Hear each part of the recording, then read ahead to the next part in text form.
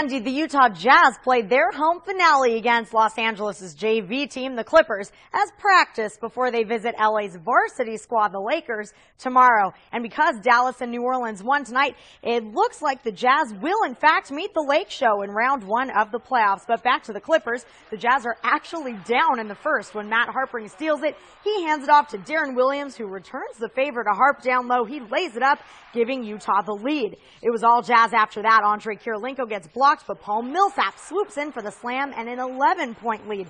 Now Utah by 20 in the second. Millsap feeds Kirilenko for the jam, but things get ugly in the third. Harpring and Baron Davis, they get tangled up. Matt ends up on the floor, and Baron still goes after him. B. Diddy gets called for the technical, but that wouldn't help the clip joint as they get stomped by the Jazz, who break a 3-game losing streak with a 106-85 win.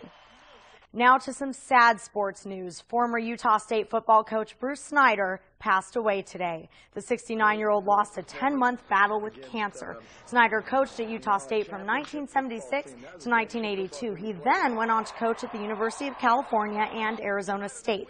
His 1996 Sun Devil team went 11-0 in the regular season before a dramatic 20-17 loss to Ohio State in the Rose Bowl. Snyder was diagnosed with cancer last June. Death also rocked the baseball community today as longtime Philadelphia Phillies announcer Harry Kalas passed away at the age of 73. Kalas was found unconscious in the broadcast booth prior to this afternoon's game between the Phillies and Washington Nationals. Team officials said Kalas was discovered around 12:30 p.m. and taken to a Washington, D.C. area hospital. The cause of death has not been released. Kalas joined the Phillies in 1971. His home run call, "It's Outta Here," became his broadcast signature. Kalas also lent his voice to NFL films and Campbell's Soup commercials. Members of the Phillies organization reflected on Kalas's life. We lost our voice today. He loves our game and made just a tremendous contribution to our sport, certainly to our organization. He's different than I think most teams' broadcasters in the regard that he wasn't just our broadcaster. He was like one of our guys. The thing about it is that he probably passed up in the booth. You know, the way that being in the place that he loved to be, and I mean, if that's how you're going to go, that's one hell of a way to go. Former Detroit Tigers pitcher Mark the Bird Fidrych was found dead today after an apparent accident on his farm.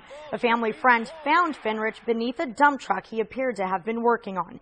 The right-hander was named American League Rookie of the Year in 1976 when he went 19-9 with a 2.34 ERA. Fidrych was quite a character. During games, he would talk to the baseball and high-five teammates in the middle of the diamond. Fidrych's career was cut short by injuries. He was 54 years old. Now the rodeo just left town, and already people are gossiping about the DNCFR behind its back. Because Holtz Arena looked a bit empty on Wednesday and Thursday, some say the Dodge National Circuit Finals Rodeo may not return to Pocatello in 2010, despite being contractually obligated to do so.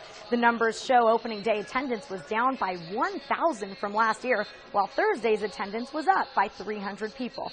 I spoke with PRCA Commissioner Carl Stressman, and he assured me that within 30 days or so, we will know if the rodeo will be back in 2010. We'll keep you posted as the story develops. And believe it or not, there was good news in some areas of the sports world today. Pittsburgh Steelers linebacker James Harrison signed a new 6-year contract with the team worth more than $51 million. Big ones. The 30-year-old was named the NFL's Defensive Player of the Year last season before his 100-yard interception return for a touchdown against the Arizona Cardinals in the Super Bowl. Harrison came into the league undrafted and has only been a starter for 2 years. He logged 16 sacks in 15 regular season games last year. Now it's time for our play of the day. This one comes to us from Los Angeles, care of first-year Dodger Orlando Hudson. He started out with your plain old single in the first inning against the Giants. Then, in the third, Hudson smacks a homer off his old teammate from Arizona, Randy Johnson. Look at that go. In the fourth, Hudson kept at it, this time with the RBI double to deep left center. Now, you're probably noticing there's only one thing left for Hudson to do, and he does it. He hits a triple to right field in the 6th inning, becoming the first player this season to hit for the cycle. Nice slide.